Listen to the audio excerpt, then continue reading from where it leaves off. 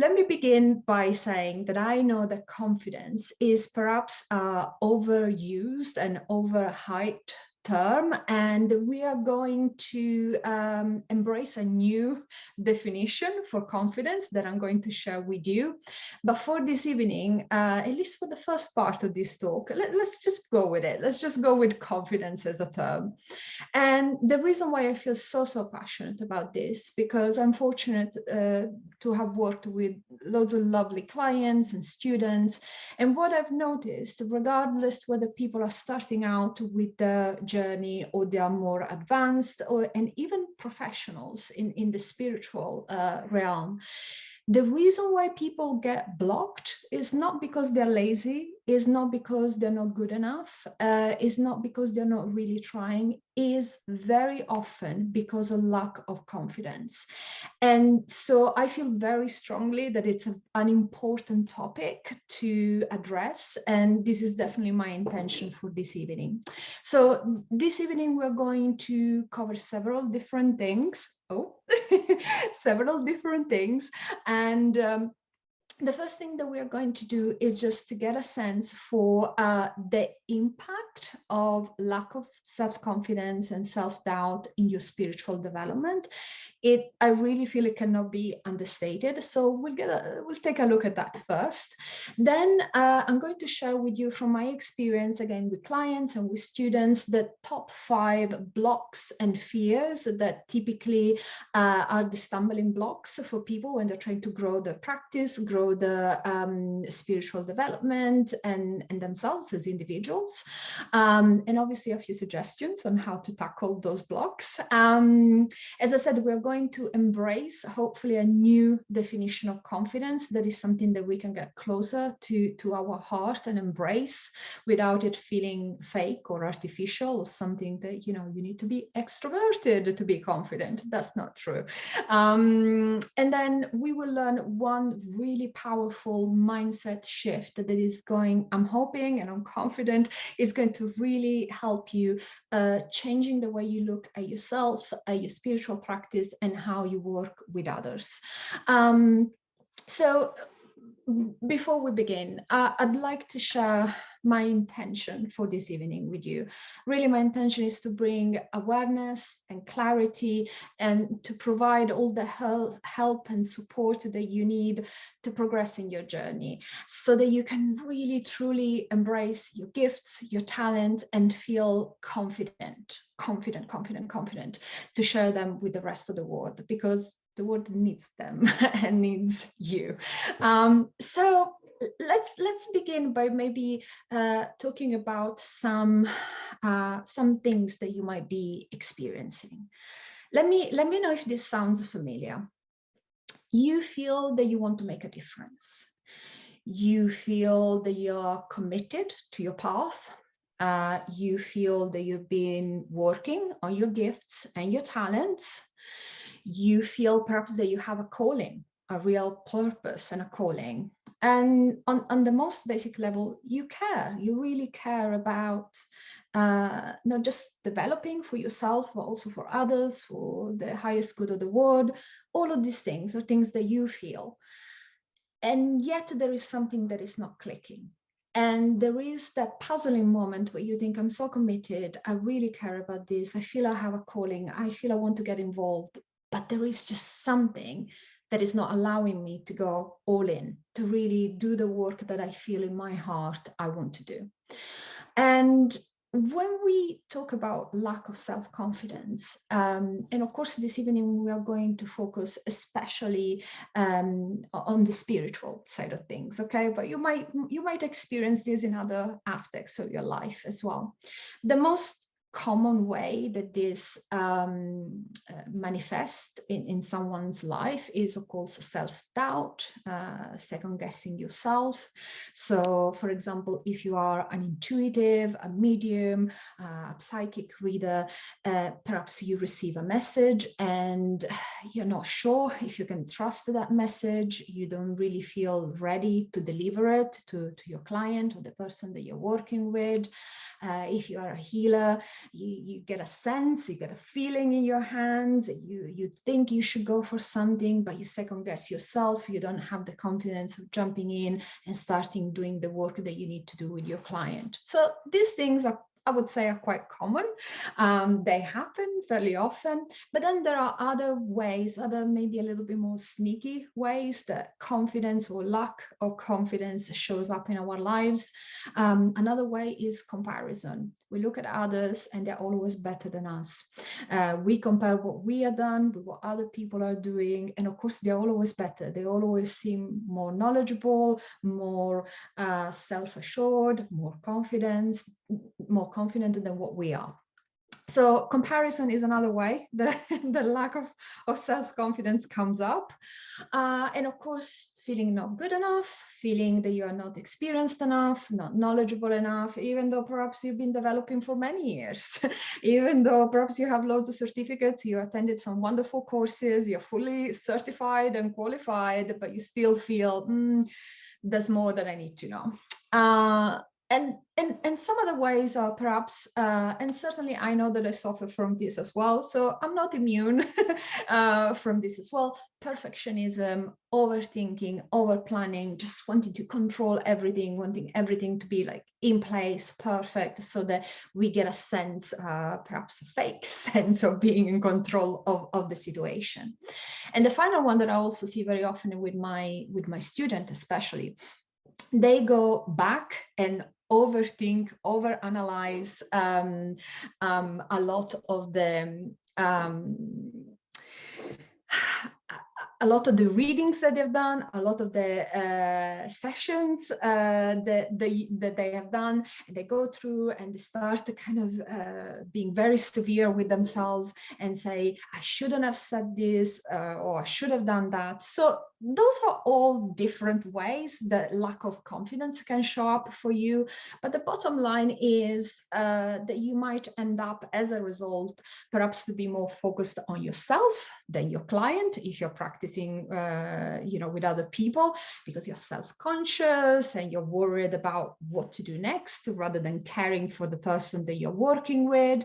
Or maybe you feel shy about your spiritual practice and your development. You don't talk about it. You don't know how to express your passion for it, although of course you are extremely involved and committed to it. Or maybe you never feel that you're ready for the next stage to progress, whatever the next stage is for you. Perhaps the next stage is starting working as a spiritual practitioner, having clients, charging for your services, or maybe the next stage is taking a more advanced course, or just going outside of your comfort zone.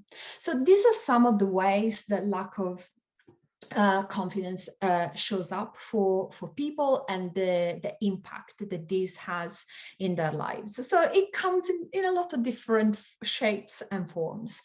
And something that I wanted to share with you from my observation, again, with clients and with students, the top 5 fears and blocks that I found are very, very common with people. And my hope is that sharing these with you would will make you feel that you are less alone, that other people are experiencing this, but also that there are ways of dealing with it. Okay, so the first one that comes up very, very frequently is the fear of being wrong, or the fear of not being accurate, especially for those of you, again, that do intuitive work, psychic readings, card readings, that fear of not getting it right. Second fear, not knowing enough, feeling unprepared, that can then lead into things such as full-on imposter syndrome.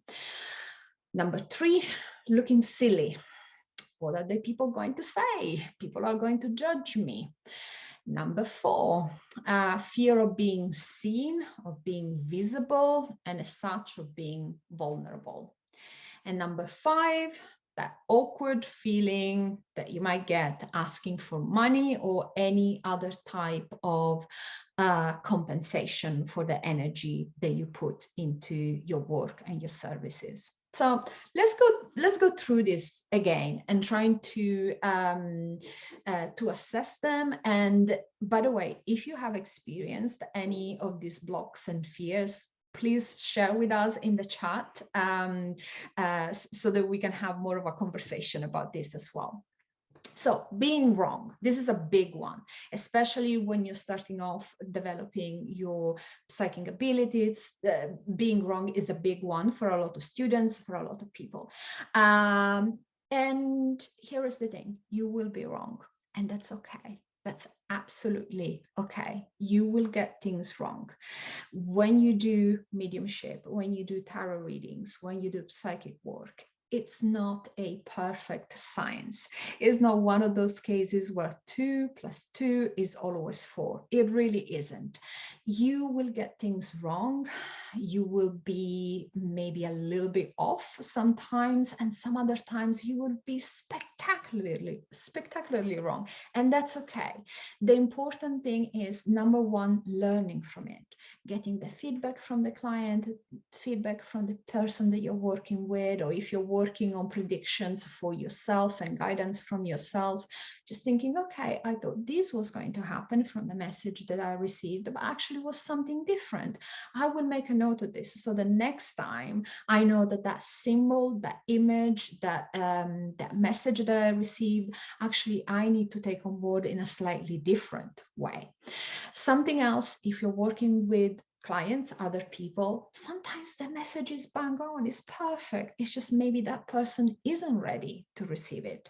So they might say to you, no, it doesn't resonate with me, but it is an accurate and very valid message. It's just something that they're not ready to receive. All of this to say that please don't let the fear of being wrong prevent you from sharing a message that could be truly healing and uplifting for someone. And I want to share this story with you. When I was doing psychic development many years ago, it was a lovely circle, and I was paired up with someone, and this lady did a beautiful reading for me, and then it was my turn, and it was my turn to reciprocate. So of course I really wanted to do a good job for this person. I wanted to show off, my skills, really give her a wonderful reading, and everything that I would get, that I was just getting images of Disney princesses. So I was getting Cinderella and Sleeping Beauty, and you name it, they were all there. And I was so embarrassed. I felt like, how can I even deliver this message? What type of message is this? Why am I seeing like cartoons?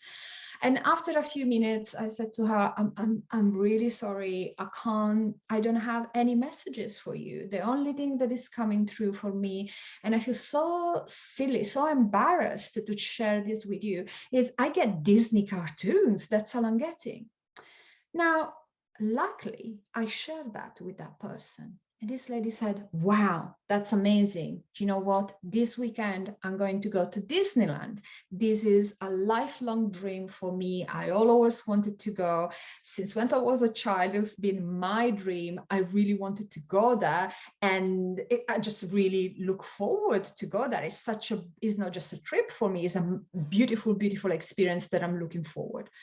Now, always share the message, even if it sounds silly, even if you're going to embarrass yourself slightly, because sometimes the message that perhaps doesn't make complete sense for you will make perfect sense for your client. Okay, so number 2, the fear of not knowing enough, feeling unprepared, and even going in the realm of imposter syndrome. And I completely understand this. I feel, especially in today's world where we see success everywhere, where everything on social media is so perfect, so polished, is so hard to operate in a world where everything just seems perfect at all times. But here is a suggestion for you. If you feel that you are not good enough at something, and that really your confidence is wavering, what I would suggest to you is go smaller. What do I mean? Let me give you a practical example. Let's say that you are a healer, but you don't really feel comfortable about healing. You're still learning, you're not sure. Go smaller. Instead of doing a full-on healing of someone, do a simple grounding healing on that person. Don't do the full-on healing, just do a simple, very basic part of your practice. And do this for a set amount of times. For example, give yourself 10 times, or 1 week, or 2 weeks. So you're dialing it down, bringing your energy in your comfort zone. And once you have built your confidence, doing something that is maybe simpler, of a longer type of spiritual practice or healing practice, you will start feeling more confident in your abilities. But it is very important, otherwise you will keep yourself small forever, that you give yourself a benchmark. So give yourself, a target, an objective. Give yourself a certain number of times that you will do this for, or a certain number of weeks or months that you will do this for. And once you complete that, that's your big tick. Yes, I'm ready to go now. And this really signals yourself and your energy that, yes, I'm ready to go. I've given myself something tangible that I can be proud of, and then I can step into the next stage of my development.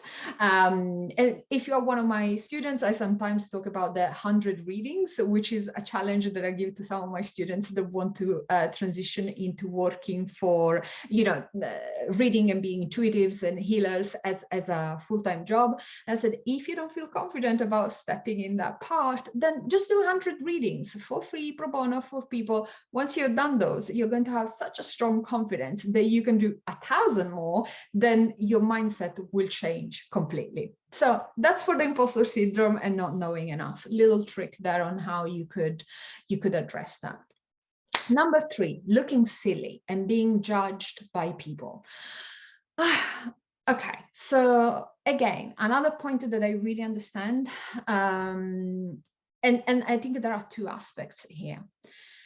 Number 1, sometimes as we develop spiritually, the people that surround us are not necessarily developing at the same way, at the same speed.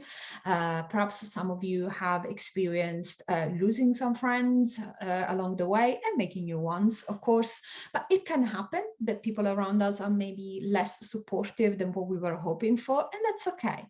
But regardless to this, what I would invite you to ask yourself is it more important that I am myself, I'm honest to myself, I help others, and I follow my path, or to look normal?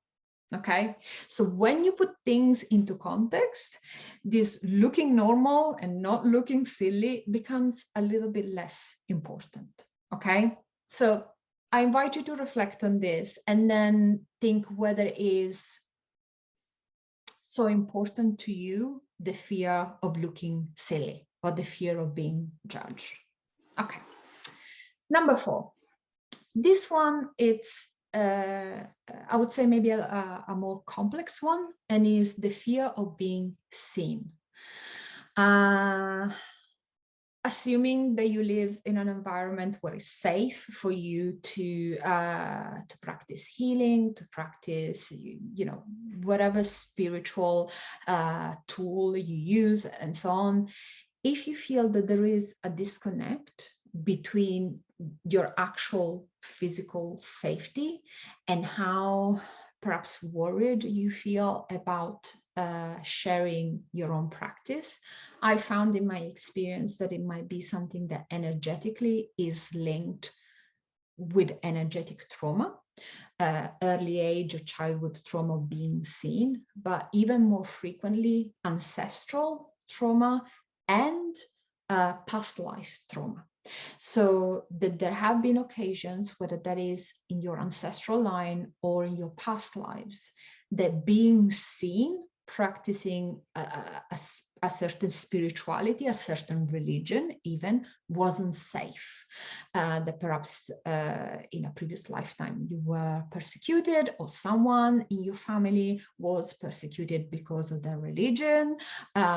Those traumas energetically can still be present in our energy today, although it is now safe for us to be open about our spirituality, the fact that we are intuitive, the fact that we are healers, and so on.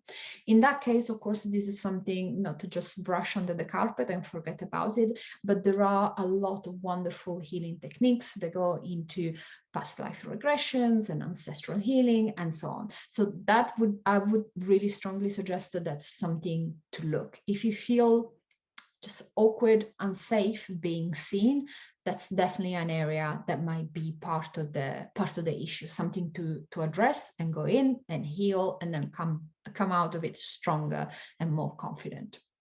Okay. Last but not least, feeling awkward asking for money. This is another big block, big fear that comes up. Now, you don't have to ask for money if your spiritual practice or intuitive work or healing work is just for yourself. This doesn't necessarily apply for you.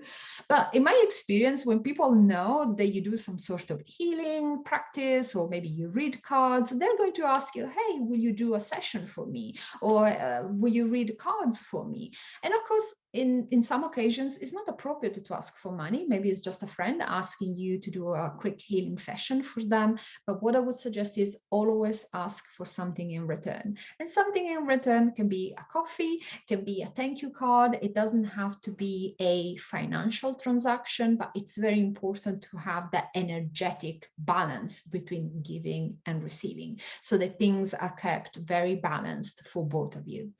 Now, if you do want to, and I've seen here that we have some Reiki healers and some people that have, psychic readers. So people that presumably you guys do this for work or in a professional capacity. If you feel that there is any sort of discomfort around asking for money, it might simply be that you're not used to do that, and so that energetic muscle is not very well oiled, and it feels like a bit of a foreign energy that you're not used to work with. It might be that there is an element of lack of self-worth. But again, what I would look into, and I've seen in my experience that very often there are some past blocks and energetic trauma that would be, again, potentially some past lives contracts around poverty. If you have past life experiences of being perhaps someone within a certain religious environment, maybe you were a nun, maybe you were a priest, or the equivalent of that in whatever other religion, it is possible that maybe you made a contract or a vow of poverty, and this has been just carried into your current life. So although perhaps you're not even religious, just spiritual in this lifetime, that contract might still be in place. So that's something else to look into. Okay, so this is for like the most common blocks and fears that I have encountered, and some suggestions on how to begin to tackle them. All right. Okay, now moving on. Something that I wanted to share with you is talking about the concept of confidence. As I said at the beginning, it can be a loaded word in so many ways. We see this in magazines, we see it on social media. Everyone is talking about confidence, confidence, confidence. And I think a lot of intuitives, a lot of healers are actually not extroverted people, and believe it or not, I'm not an extroverted person either. I have learned through the years social skills that allow me to be in front of an audience and talk to people and teach and so on. I'm a very private person. I'm really introverted. So for me, in my experience, the two things, being extroverted or introverted and being confident, they don't really need to go together. And something that I would invite you to embrace, and I'm going to make sure that I kind of copy and paste this in the chat as well for you, is a new definition of confidence. Here it goes. Confidence is the awareness of one's strengths and weaknesses, embraced with objectivity and vulnerability, without ego or shame. I'm going to repeat this once more. Confidence is the awareness of one's strengths and weaknesses, embraced with objectivity and vulnerability, without ego or shame. Let me give you a personal example. There are a few things that I'm exceptionally good at. I'm a pretty good cook. I'm really good at organizing and planning things.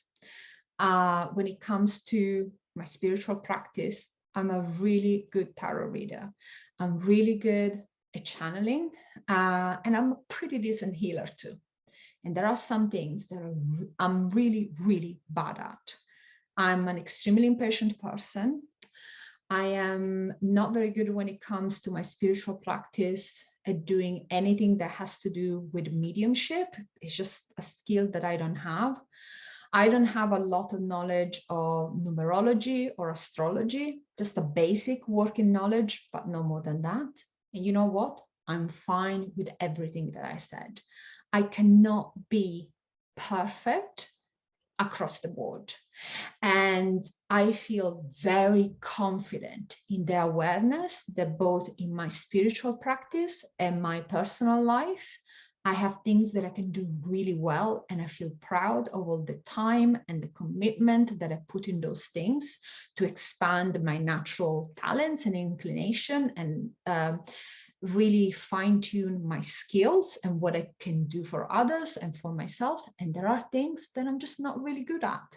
If you put me on a platform and ask me to do platform medium shit, oh, you would have a really bad evening. Like, I wouldn't be able to bring forward one single person for you or one single message.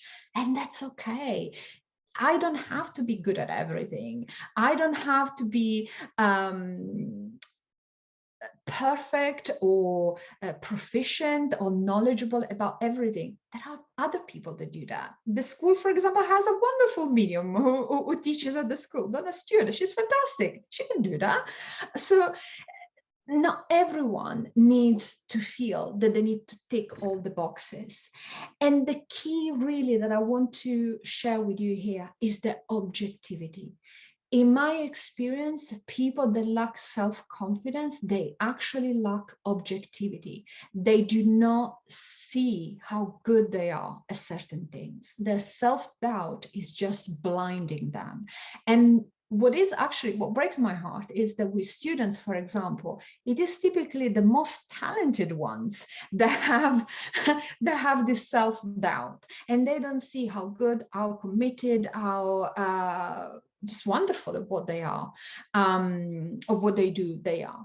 So this is something that really I want to read once more and share with you, and invite you to take this definition and maybe sit on it, or journal or meditate on it, because I feel it makes such a difference, and it makes you feel instantly so empowered and at peace with yourself. So confident is the awareness of one's strengths and weaknesses, embraced with objectivity and vulnerability. It's okay to be vulnerable. It's okay to say, I feel awkward about this. Totally fine. Without ego or shame. Okay. Side note, please don't confuse lack of confidence with discomfort. Those are two different things. If you feel a little bit like wobbly and a little bit excited, but also a little bit fearful about doing something, that's not necessarily lack of confidence. That's maybe you growing into something new. And that's just good discomfort of growing in your energy and doing new things in your practice. Now, one thing, we still have a little bit of time together this evening, so something that I thought would be very helpful for you all is to share not just my definition of confidence, but to share with you a very powerful mindset shift that if you really embrace it, I really don't think you will doubt yourself or your abilities ever again. As we said at the beginning, you're probably feeling like you want to make a difference, right? You really want to go out there, make a difference to others. You see yourself as someone that can make positive change, that can have an impact, and so on. But that is, for as much as that's noble, that can be also quite daunting, because the self-doubt creeps in and you start thinking, I want to make a difference, but how do I do that? And am I good enough to make a difference? Do I have the right skills? Do I need to train more? Do I need to wait? Do I need to learn more things? So making a difference can be both a inspiring way of looking at things, but can be also quite limiting. Here is the mindset shift. Go from making a difference to contributing. Move your energy from I am going to make a difference to I'm here to help and I would like to contribute. If you do this mindset shift, you will never find yourself in a situation where there isn't something that you can help with, where there isn't one little thing that you can contribute towards.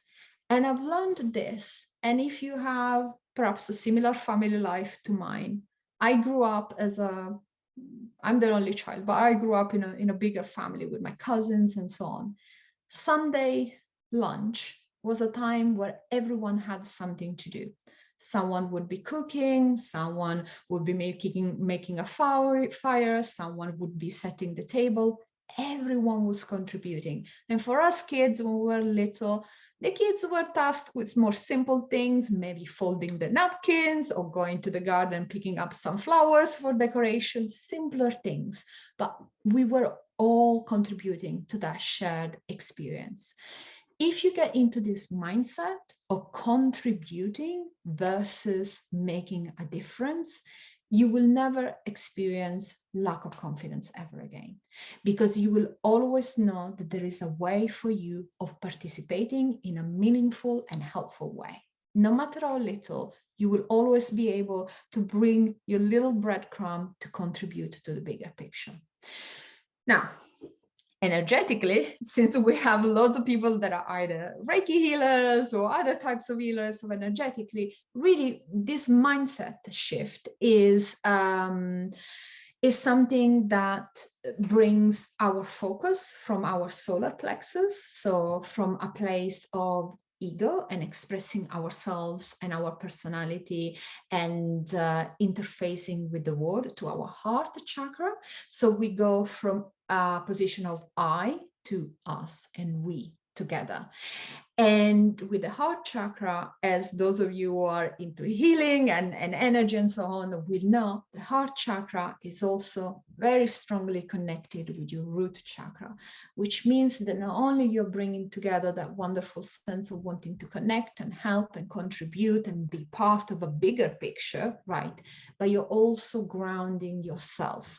And in grounding yourself, you get to a point where you're going to have the right energy that really fuels and supports your desires, makes you feel more at home in your body, makes you feel more present. So your desire to help and contribute with to others is going to be supported by that lovely grounding energy. Okay, so since we have still a few minutes before we open to the various Q&As, I would like to do an exercise with you. And if there are any questions at the end, we can take that at the end. But I would like to invite you to join me for a little exercise. It's a little guided meditation that I came up with to help all of us learning a bit more about our fears and learning a bit more about our gifts and what we have to share with the world. So I invite you to find a really comfortable position. I always like to close my eyes so that I don't get distracted by anything that is around me. And it really helps me to bring my focus back to myself and my body, to just gently with the sense of touch with my body, and just feel my presence in the body. I remind myself that yes, I am a spiritual being, but I'm also blessed to have a body, and I'm so thankful for it. So just take a moment to reconnect with yourself, with your body. Be present, be here, and express your gratitude to your body for the wonderful work and support that does every day for you, carrying you through all your busy schedules, your responsibilities, work, family, friends, all the commitments that you have, always being present for you.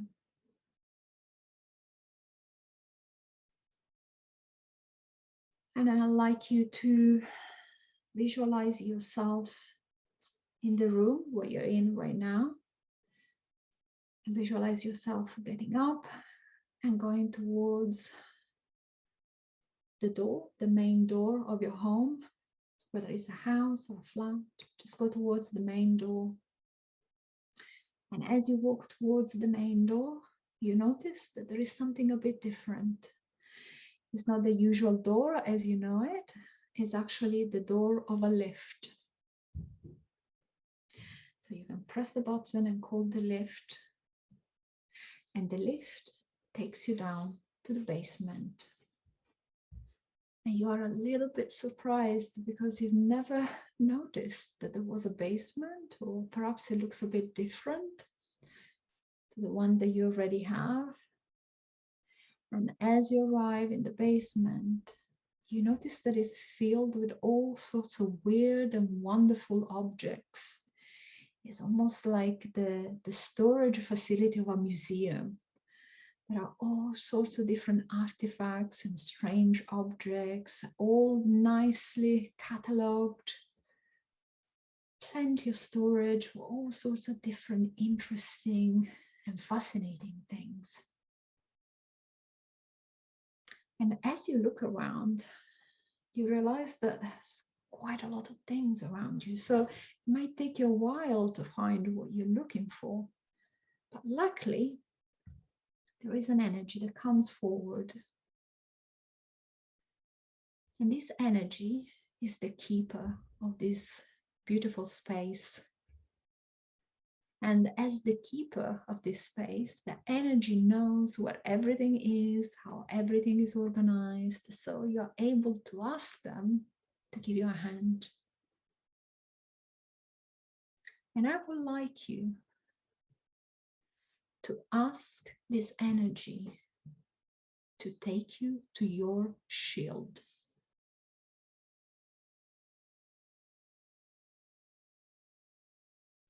This energy will take you to see your shield. And it is a proper battle shield. Just take a moment and look at it, see what shape it has, what material is made of. Perhaps there is a symbol on it. Is it painted? Does it have any inscriptions?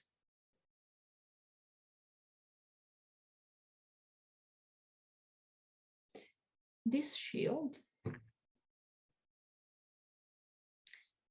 is the fear of the block that you've been carrying with you. And it has been helpful in protecting you and keeping you safe, but you don't need it anymore.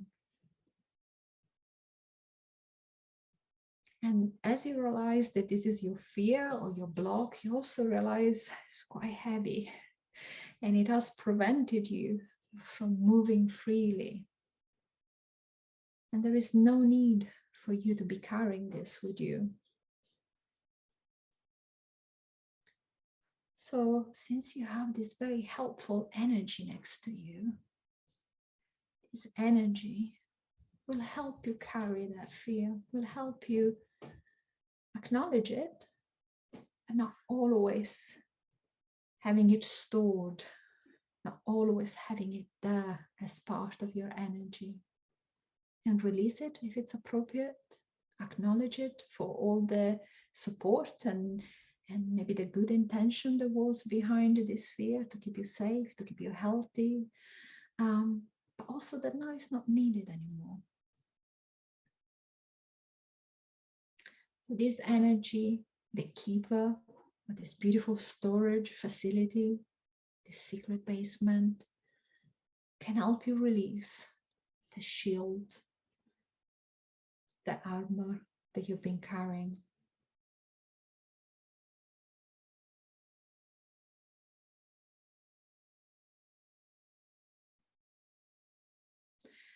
And as you do this energy has an additional gift for you. And this gift, they put it in your hand. And as you open your hands, you realize there is a little message, handwritten note. And it talks about your strengths, your gifts, what you're wonderful at. So take one moment to cherish this written note that has been given to you. To bring awareness to your gifts, to bring awareness to everything that you have to offer, and treasure it.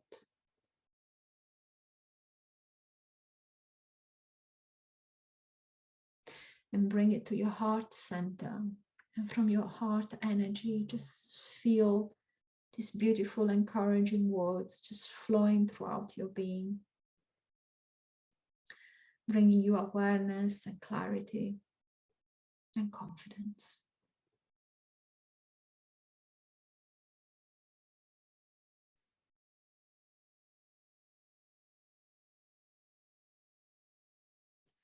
And now it's time to walk back towards the lift, in the knowledge that anytime that you're curious about this basement and all the wonderful items that are stored here, if you ever want to come back and release anything new, anything that you haven't seen or acknowledged before, you can come back, and there will always be this very helpful energy here to guide you, to support you, to help you healing. So gently make your way back to the lift and call it, and let it bring you up to your front door. And gently walk yourself back to your body, into the room, into the physical space of your being. And what I find is very helpful to really re-ground myself into my body and my energy is to quietly say to myself my first name 3 times. And that really brings me back into my body. And take a deep breath in and out. Once you're ready, bring yourself back into the room and back into this wonderful group experience with all of us. Okay. Hope everyone is back. Okay, so this is an exercise that, of course, with time constraints, we're done a little bit quickly, but you can always go back to this meditation. It's very effective to go into the storage facility, finding whatever object is representing a fear, a block, and take some time to really work with it, acknowledge it, understand it, release it, so that you don't need it anymore, you don't carry anymore. That burden, that shield that perhaps has kept you safe for some time, but you don't need it anymore. And there are always wonderful energies that come to help and support you. Okay, so at this point, thank you so much. Thanks, everyone. Thank you. Mark, I don't know if we have any questions, if we can help and support anyone that has asked questions. Hi, Sarah. Yeah, there's sort of one question. I'm not sure if it's a question or a statement, but perhaps you can comment to that.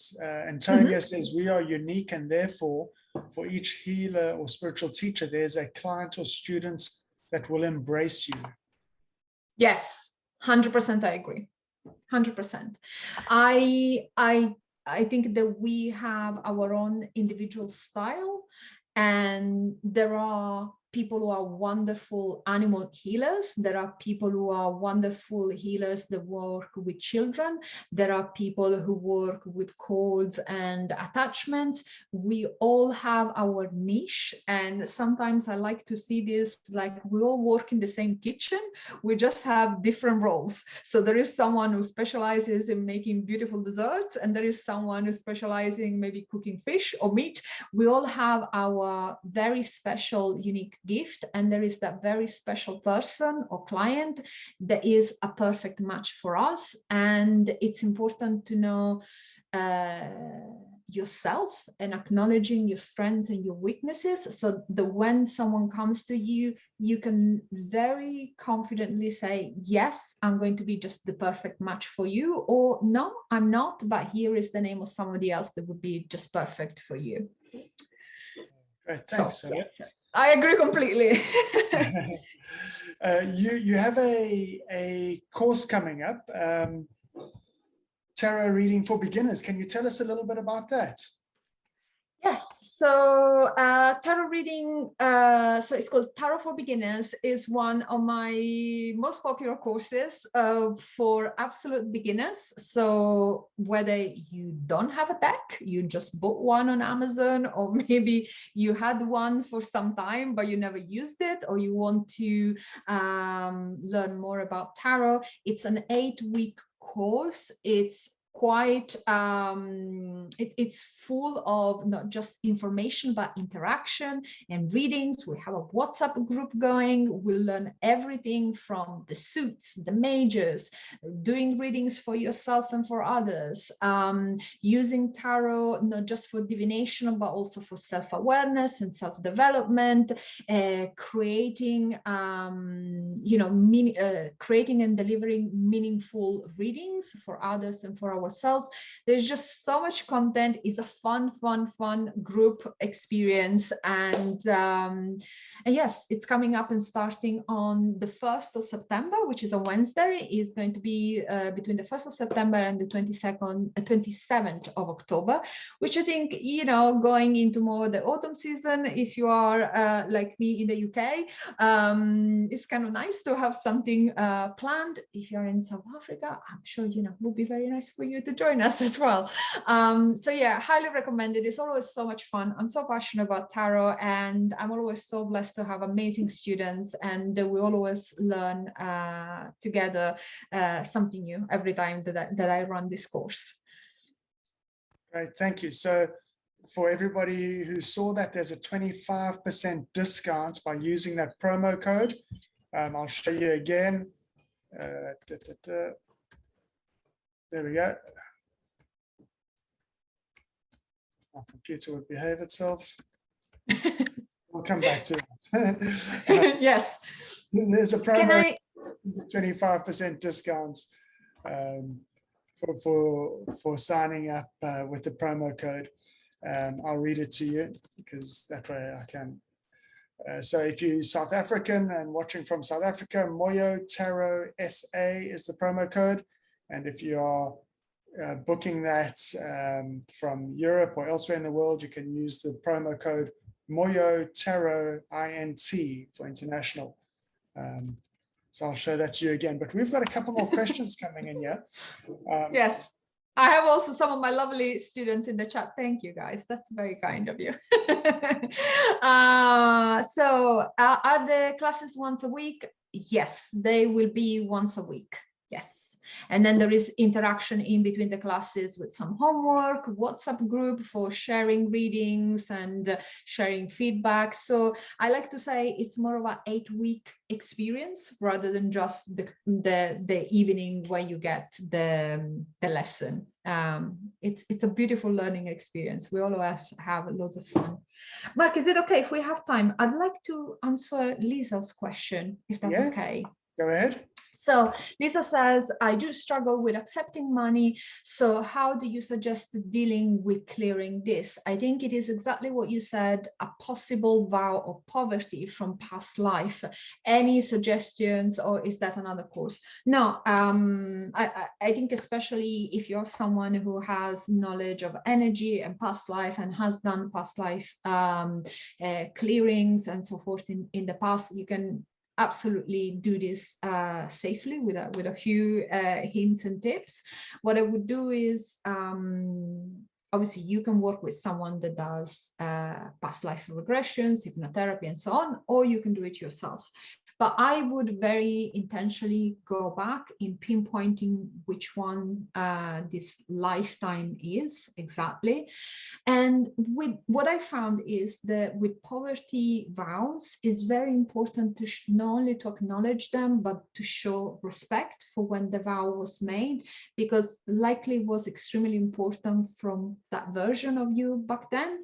And so it's important not to just say, oh, I just want to break this and I don't care about it, but to really treat it with respect and to acknowledge that was extremely important in that lifetime, but also that is not appropriate or relevant for this lifetime because times have changed and situations are different.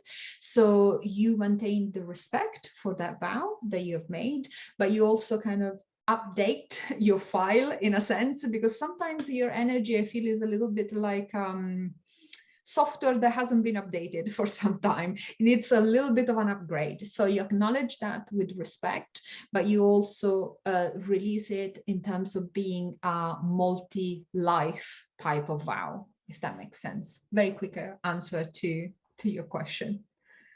Great, thanks, Ella. That's a great answer. So we've got a question here from Shaka Lish. How do you manage in a reading or a healing when the clients can't take the message? What do you recommend to say in those circumstances?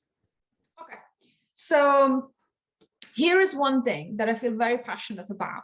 All my services, I always say, I'm very happy to give money back if you're not happy with the experience. So if you charge with your services, it's always, I think, a great boundary to have that option of giving money back, because that way, the reason why I say it's a boundary is because you don't feel that you have to carry on in something that you just feel is not working. So if it's a service that you're charging for, you can just say, look, I can see that for whatever reason, whether it's me, you, or just the mix of the two of us, our energies are not clicking today. I don't feel you're getting value out of this time that we have together. I would be very happy to refund your money. So if that's a situation where you are charging. If it's a situation where the client is not resonating with the messages, this could be for a couple of reasons. Number one, they're not ready to hear those messages. So my suggestion would be that you say to the client, would you like to take a few notes so that in time, maybe 2 weeks from now, 3 weeks from now, a month from now, you can go back and read your notes and see if something perhaps has shifted in your life and these messages resonate with you. So I would suggest that to that client. Something else that sometimes you will notice is that the message, what you see and what you're delivering is confused, because the message in itself is about confusion, and you are reading the energy of the client in that time and in that moment. So instead of kind of breaking through that layer of confused, I don't know what to do with my life, I feel lost, you're reading that energy and you're kind of getting almost stuck in that energy, and what you are delivering isn't clear for that reason. So if that's the case, what I would suggest is that you strengthen your grounding, and then after you really strengthen your grounding, you push yourself up again and reconnect and get stronger messages, clearer messages, pushing through that barrier of maybe uncertainty and confusion that you might be picking up from your client, because maybe that's what they are experiencing. So I just gave you a few different scenarios depending really on what the situation is specifically with the client. But for me, it happens sometimes, and I would say it is okay to reset the reading and say, okay, I can see this is not working. How about we take a pause, we reground ourselves, and we start again. That's also something else that you can do. So I give you a few different answers depending on what the exact situation is. I hope that's helpful. Okay, cool. She says it is. Okay, we're running close to the finish time here, but there's a very interesting question from Sarah. She says, I'm considering ancestral healing for living my psychic life openly. Can you tell me more about ancestral healing and what it helps with, so I can see if it's right for me? Okay, so the concept of ancestral healing is that in the same way as perhaps we have inherited the color of our eyes from our grandfather, or the color of our hair from our great-grandmother, we also inherit some energetic patterns, and in some cases some traumas. So these are things that have been passed down our family tree, and they still affect us today. Now, some of these things can be very well-meaning, okay? So perhaps we have an ancestor that really wanted us to know that it's important not to starve, or that it's important not to catch the plague, you know, things that back then when these people were alive were really good pieces of advice, but that today are not relevant anymore. So these are things that you can clear. There are also other things that you can clear that have to do with maybe unresolved issues that these people experience in their lifetimes. And instead of dealing with them, they have most likely in a subconscious, unaware way passed down to other generations, and you now have this bucket of feelings and guilt and shame and issues that really don't belong to you. So the ancestral healing works to understand what these issues are, and whether those issues are yours, or most likely that they connect with an ancestor, and then working with that ancestor to acknowledge it and get them to take responsibility for these issues, and then releasing them. So there are loads of different techniques, but I would highly suggest it, because unfortunately, together with our beautiful looks, we also sometimes carry things from our family that are a little bit less helpful. And it might be something that in your family, the concept of being psychic was traditionally not embraced. It might be like a block that comes from that, for example. One last time, Sole, thank you so much for your time and your energy. Thank you. I look forward to seeing you again soon. Thanks, everyone. Thanks for joining us. Take care.